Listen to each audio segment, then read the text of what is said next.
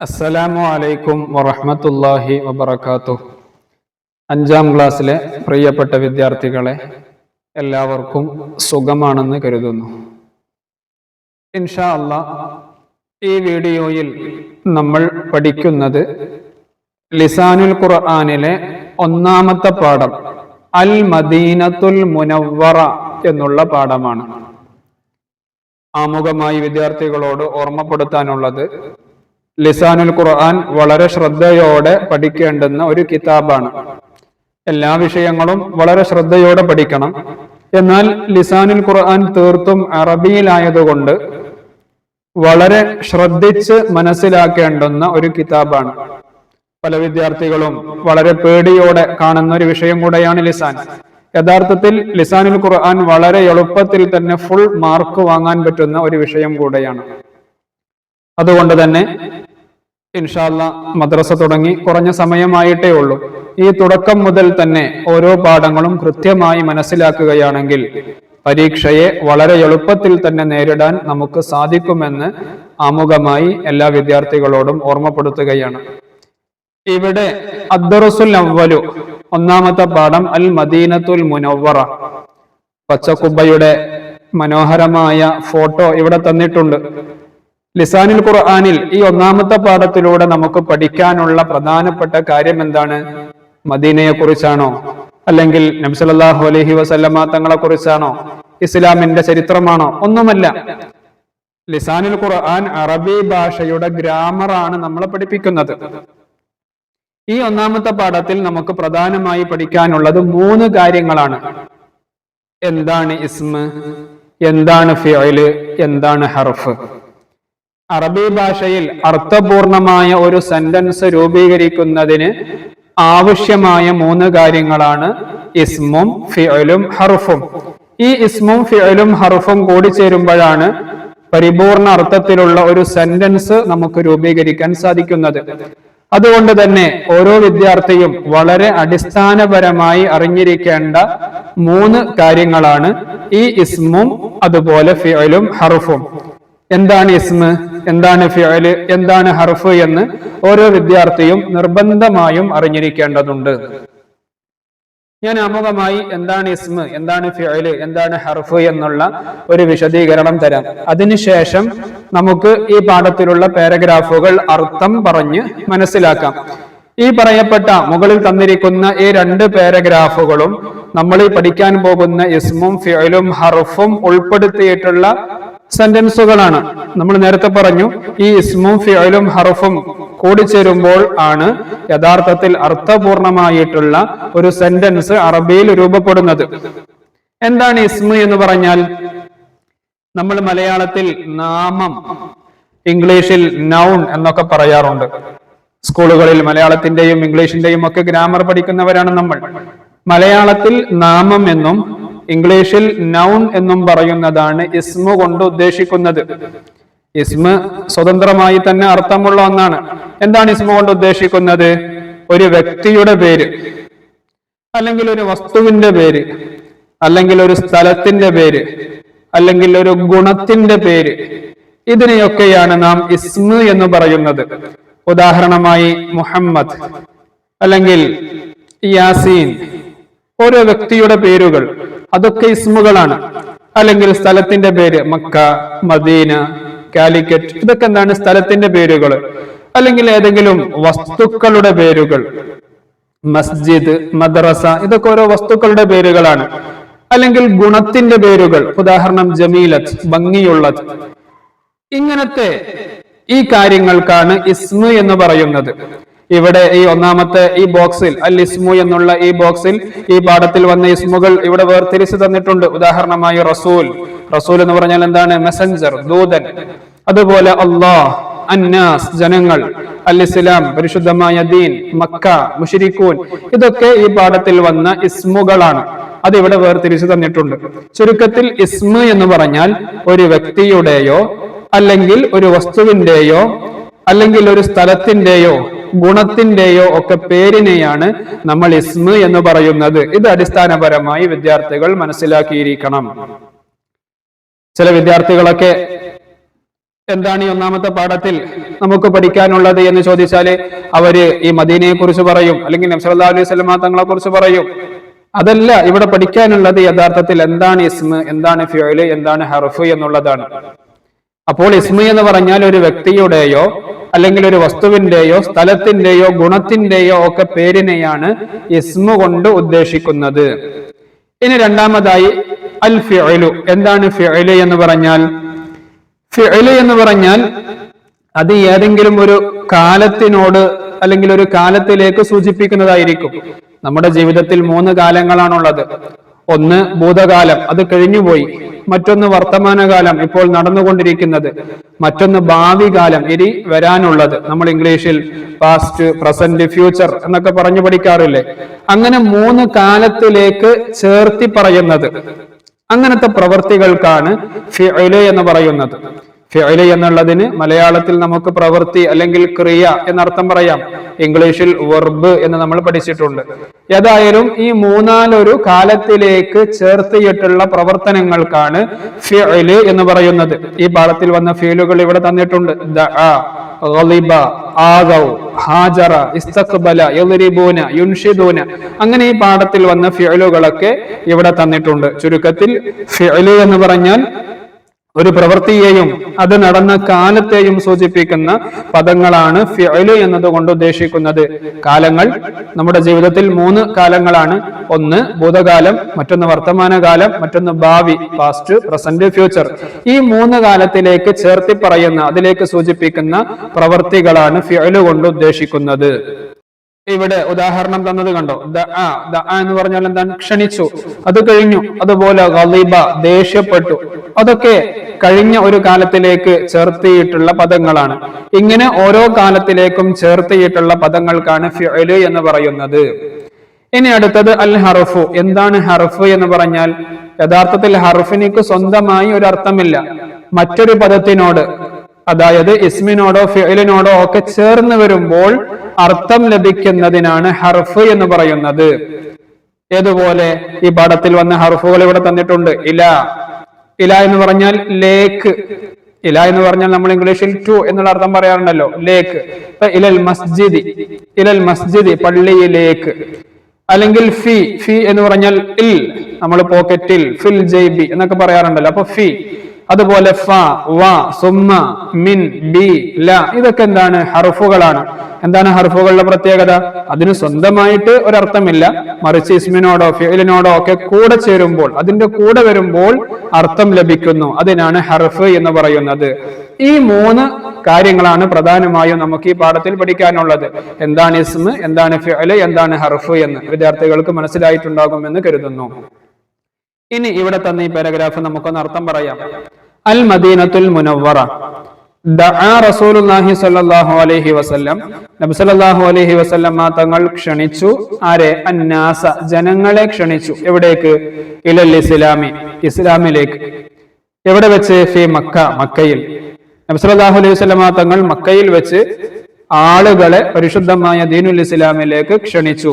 ലിസാനുൽ ഖുർആൻ വിദ്യാർത്ഥികൾ ഇതുപോലെ അർത്ഥം പറഞ്ഞ് പരിശീലിക്കുകയാണെങ്കിൽ അറബിയുമായി നല്ലൊരു ബന്ധം നമുക്ക് ഈ തുടക്കത്തിൽ തന്നെ സ്ഥാപിക്കാൻ കഴിയും. അതുകൊണ്ട് വിദ്യാർത്ഥികൾ അർത്ഥം പറഞ്ഞ് തന്നെ പരിശീലിക്കുന്നത് നല്ലതാണ്. ദഅ റസൂലുള്ളാഹി സ്വല്ലല്ലാഹു അലൈഹി വസല്ലം. നബി സല്ലല്ലാഹു അലൈഹി വസല്ലമ തങ്ങൾ ക്ഷണിച്ചു അന്നാസ, ജനങ്ങളെ, ഇലൽ ഇസ്ലാമി, ഇസ്ലാമിലേക്ക്, ഫി മക്ക, മക്കയിൽ. ഫഗളിബൽ മുശ്രികൂന, അപ്പോൾ മുശ്രിക്കീങ്ങൾ ദേഷ്യപ്പെട്ടു. ഫഗളിബ, ഗളിബ എന്ന് പറഞ്ഞാൽ ദേഷ്യപ്പെട്ടു. അൽ മുശ്രികൂന, മുശ്രിക്കീങ്ങളായ ആളുകൾ എന്ത് ചെയ്തു? ദേഷ്യപ്പെട്ടു. വആദൗ എന്ന് പറഞ്ഞാൽ അവര് ദ്രോഹിച്ചു. ആരെ? റസൂലുള്ളാഹി സ്വല്ലല്ലാഹു അലൈഹി വസല്ലം വസുഹാബഹു, നബി സല്ലല്ലാഹു അലൈഹി വസല്ലമ തങ്ങളെയും സഹാബത്തിനെയും അവര് ദ്രോഹിച്ചു. കാരണം പരിശുദ്ധമായ ഇസ്ലാം നബി സല്ലല്ലാഹു അലൈഹി വസല്ലമ തങ്ങൾ പ്രബോധനം തുടങ്ങിയ സമയത്ത് ഈ മുശ്രിക്കീങ്ങളായ ശത്രുക്കളായ ആളുകൾ എന്ത് ചെയ്തു? നബി സല്ലല്ലാഹു അലൈഹി വസല്ലമ തങ്ങളെയും സഹാബികളെയും അവർ വല്ലാതെ ആക്രമിച്ചിട്ടുണ്ട്. സുമ്മ ഹാജറ റസൂലുള്ളാഹി സ്വല്ലല്ലാഹു അലൈഹി വസല്ലം, പിന്നെ നബി സല്ലല്ലാഹു അലൈഹി വസല്ലമ തങ്ങളെ ഹിജറ പോയി. വസുഹാബുഹു, നബി സല്ലല്ലാഹു അലൈഹി വസല്ലമ തങ്ങളുടെ സഹാബത്തും നബി സല്ലല്ലാഹു അലൈഹി വസല്ലമ തങ്ങളും ഹിജറ പോയി. എവിടെ നിന്ന് എവിടേക്ക്? മിൻ മക്കത്ത ഇലൽ മദീന, മക്കയിൽ നിന്ന് മദീനയിലേക്ക് ഹിജറ പോയി. ഫസ്തഖ്ബലഹും അവരെ സ്വീകരിച്ചു. അഹ്ലുൽ മദീനത്തി മദീനക്കാരായ ആളുകൾ അവരെ സ്വീകരിച്ചു. എങ്ങനെ?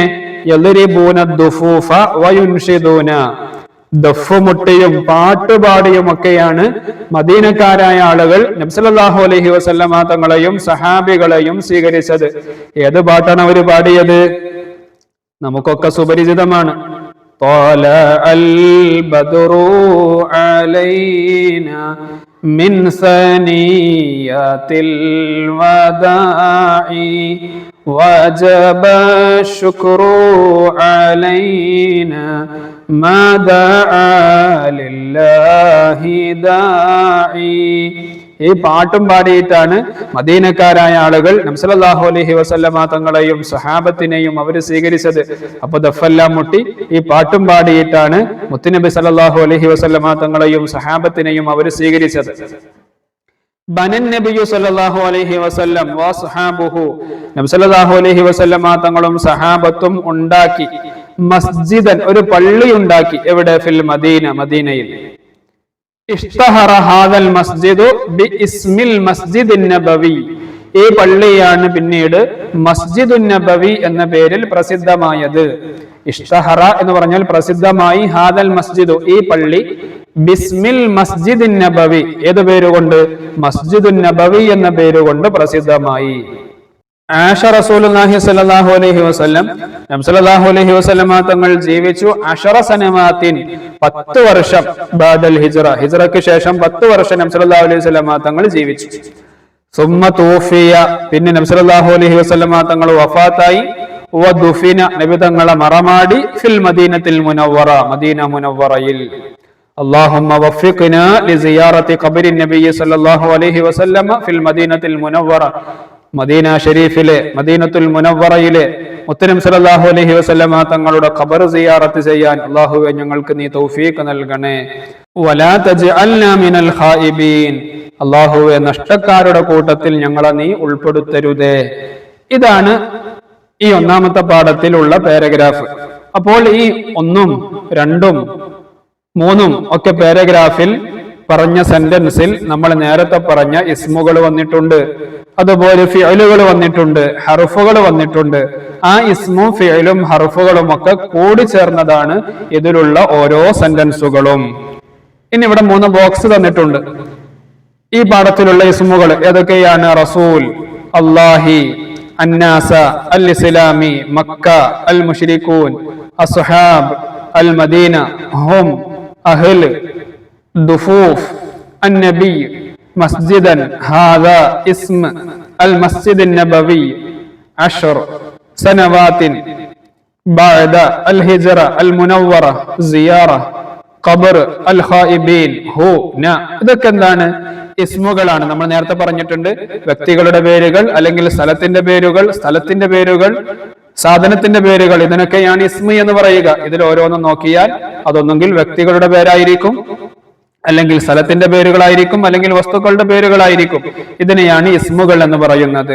ഇനി രണ്ടാമത്തത് കണ്ടോ, ഈ പാഠത്തിൽ വന്ന ഫിഅലുകൾ തന്നിട്ടുണ്ട്. ദഅ ക്ഷണിച്ചു, ഗളിബ ദേഷ്യപ്പെട്ടു, ആദൗ ഉപദ്രവിച്ചു, ഹാജറ ഹിജറ പോയി, ഇസ്തഖ്ബല സ്വീകരിച്ചു, യദ്രിബൂന അടിക്കുന്നു അല്ലെങ്കിൽ മുട്ടുന്നു, യുൻഷിദൂന പാട്ട് പാടുന്നു, ബന ഉണ്ടാക്കി, ഇഷ്തഹറ പ്രസിദ്ധമായി, ആഷ ജീവിച്ചു, തൂഫിയ വഫാത്തായി, ദുഫിന മറമാടപ്പെട്ടു, വഫിഖ് നീ തൗഫീഖ് നൽകണേ, ലാ തജ്അൽ നീ ആക്കരുത്. കണ്ടോ, ഇതൊക്കെ ഒരു പ്രത്യേകമായ സമയത്തിലേക്ക് ചേർത്തിയിട്ടുള്ളതാണ്. ഇങ്ങനെയുള്ള ഈ ക്രിയകൾക്കാണ് എന്ത് പറയുക? ഫിഅല് എന്ന് പറയുക.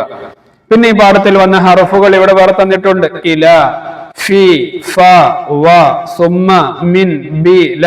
ഇതെല്ലാം നേരത്തെ പറഞ്ഞ ഇസ്മിന്റെയോ ഫിഅലിന്റെയോ കൂടെ വരുമ്പോഴാണ് ഇതിനും ഒരു അർത്ഥം വരുന്നത്. ഇങ്ങനെ ഇസ്മും ഫിഅലും ഹർഫും ഒക്കെ കൂടി ചേരുമ്പോഴാണ് യഥാർത്ഥത്തിൽ അർത്ഥപൂർണമായിട്ടുള്ള ഒരു സെന്റൻസ് വരുന്നത്. വിദ്യാർത്ഥികളോട് മനസ്സിലാക്കേണ്ടത്, അർത്ഥപൂർണമായ അല്ലെങ്കിൽ പരിപൂർണമായ അർത്ഥത്തിലുള്ള ഒരു സെന്റൻസ് അറബിയിൽ രൂപീകരിക്കണമെങ്കിൽ ഈ ഇസ്മും ഫിഅലും ഹർഫും അനിവാര്യമാണ്. ഇനി ഇവിടെ നുമയ്യിസുൽ ഫിഅല വൽ ഇസ്മ വൽ ഹർഫ മിനൽ ആതിയതി വനക്തുബുഹാ ഫിൽ ബിതാഖാത്ത്. ഇവിടെ 3 ബോക്സുകൾ ഉണ്ട്. താഴെയുള്ള ഈ പാരഗ്രാഫ് വായിച്ചിട്ട് അതിൽ നിന്ന് ഇസ്മുകളും ഫീലുകളും ഹർഫുകളും വേർതിരിക്കാനാണ്. വിദ്യാർത്ഥികൾ നിർബന്ധമായും ഈ 2 വരിയുള്ള ഈ ഒരു പാരഗ്രാഫ് വായിക്കുക. ഫീ യൗമി ഉത്ലത്തിൻ ഖറജ ഹാമിദുൻ മഅ സദീഖിഹി ഇലൽ ഹദീഖ റഅ ഫിൽ ഹദീഖത്തി അസ്ഹാറൻ ജമീല ഖാല ലി സദീഖിഹി ഹാദാ മൻളറുൻ ജമീലുൻ. വളരെ സിമ്പിൾ ആയിട്ടുള്ള ഒരു പാരഗ്രാഫാണ്. അതിൽ നിന്ന് ഇസ്മുകൾ ഏതൊക്കെ, ഫിഅലുകൾ ഏതൊക്കെ, ഹർഫുകൾ ഏതൊക്കെ എന്ന് വിദ്യാർത്ഥികൾ വേർതിരിച്ച് ഈ ബോക്സുകളിൽ എഴുതുകയാണ് വേണ്ടത്. നമുക്കൊന്ന് പരിശോധിക്കാം. ഫീ യൗമി ഉത്ലത്തിൻ എന്താണ് അതിന്റെ അർത്ഥം? ഒരു അവധി ദിവസത്തിൽ ഖറജ ഹാമിദുൻ ഹാമിദ് പുറപ്പെട്ടു മഅ സദീഖിഹി അവന്റെ കൂട്ടുകാരന്റെ കൂടെ. എവിടേക്ക്? ഇലൽ ഹദീഖ ഗാർഡനിലേക്ക്, പൂന്തോട്ടത്തിലേക്ക്. റഅ ഫിൽ ഹദീഖത്തി പൂന്തോട്ടത്തിൽ കണ്ടു അസ്ഹാറൻ ജമീലത്തൻ ഭംഗിയുള്ള പൂക്കളെ കണ്ടു. ഖാല ലി സദീഖിഹി കൂട്ടുകാരനോട് പറഞ്ഞു ഹാദാ മൻളറുൻ ജമീലുൻ ഇത് മനോഹരമായ കാഴ്ചയാണല്ലോ എന്ന് പറഞ്ഞു. ഈ പാരഗ്രാഫിൽ ഏതൊക്കെയാണ് ഇസ്മും ഫിഅലും ഹർഫും ഒക്കെ? ആദ്യം മുതൽ നോക്കാം. ഫീ ഫീ എന്നുള്ളത് എന്താണ്? നമ്മൾ പഠിച്ചു, അത് ഹർഫാണ്. കണ്ടോ? ഫീ യൗമി ഉത്ലത്തിൻ ഒരു അവധി ദിവസത്തിൽ. അപ്പോൾ ഇൽ എന്നുള്ള, നമ്മൾ ഇംഗ്ലീഷിൽ ഇൻ എന്നുള്ള പ്രയോഗം പറയാറുണ്ടല്ലോ, ആ ഇൽ എന്നുള്ള അർത്ഥത്തിന് വേണ്ടിയാണ് ഫീ എന്നുള്ളത്. ആ ഫീ എന്നുള്ളത് എന്താണ്? ഹർഫാണ്. അപ്പോൾ ഫീ എന്നുള്ളത് ഹർഫ് എന്നുള്ള കോളത്തിലേക്ക് എടുത്തെഴുതണം. പിന്നെ യൗമ് യൗമ് എന്ന് പറഞ്ഞാൽ ദിവസമാണ്. അതേതാണ്? ഇസ്മാണ്. ഒന്നാമത്തെ കോളത്തിലേക്ക് എടുത്തെഴുതണം.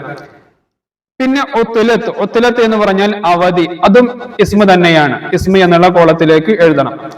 പിന്നെ ഖറജ ഖറജ എന്ന് പറഞ്ഞാൽ എന്താണ്? പുറപ്പെട്ടു, അതൊരു പ്രവൃത്തിയല്ലേ, അതേതാണ്? ഫിഅലാണ്. ഫിഅൽ എന്നുള്ള കോളത്തിലേക്ക് എഴുതണം.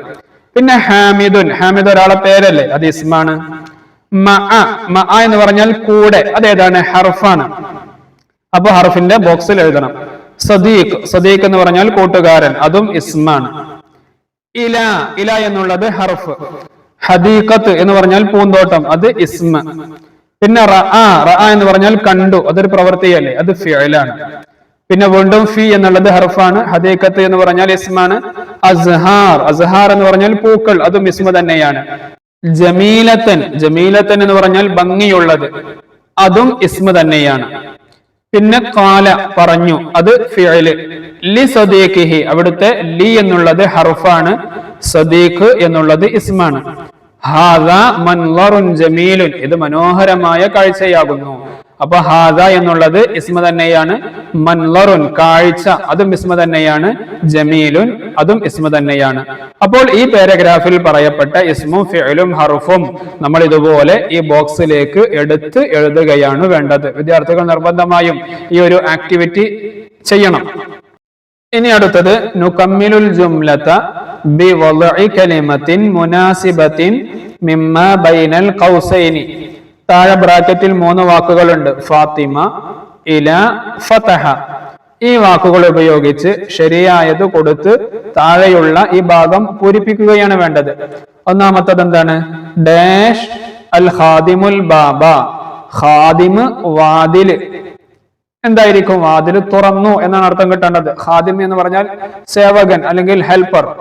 അപ്പോ ഫതഹൽ ഖാദിമു ഫതഹൽ ഖാദിമു ഖാദിമു തുറന്നു, അൽ ബാബ വാതില് തുറന്നു. കണ്ടോ? ഇവിടെ ഫതഹ എന്ന് പറഞ്ഞാൽ എന്താണത്? ഫിഅലാണ്, ഒരു പ്രവൃത്തിയല്ലേ തുറന്നു എന്നുള്ളത്. അൽ ഖാദിമു ഖാദിമു എന്ന് പറഞ്ഞാൽ ഹെൽപ്പർ, അതെന്താണ്? ഇസ്മാണ്. അൽ ബാബ ബാബ് എന്ന് പറഞ്ഞാൽ ഒരു വസ്തുവിന്റെ പേരല്ലേ, വാതില്, അതും ഇസ്മ. അപ്പോൾ ഇവിടെ ഫിഅലും ഇസ്മും കൂടി ചേർന്ന് ഒരു സെന്റൻസ് ഉണ്ടായി. ഫതഹൽ ഖാദിമുൽ ബാബ സേവകൻ വാതില് തുറന്നു. ഇനി രണ്ടാമത്തത് ഖറഅത്ത് ഡാഷ് അൽ ഖുർആന. ഖറഅത്ത് എന്ന് പറഞ്ഞാൽ അവൾ ഓതി എന്നാണ്. നമ്മൾ നേരത്തെ സർഫാക്കിയിട്ടൊക്കെ പഠിച്ചിട്ടുണ്ട്. ഖറഅ ഖറഅ ഖറഉ ഖറഅത്ത്. അപ്പോൾ ഒരു സ്ത്രീയെ സൂചിപ്പിക്കുന്നത് എങ്ങനെയാണ്? ഖറഅത്ത്. ഇവിടെ സ്ത്രീ ഉണ്ടോ? ബ്രാക്കറ്റിൽ ഫാത്തിമയുണ്ട് അല്ലെ.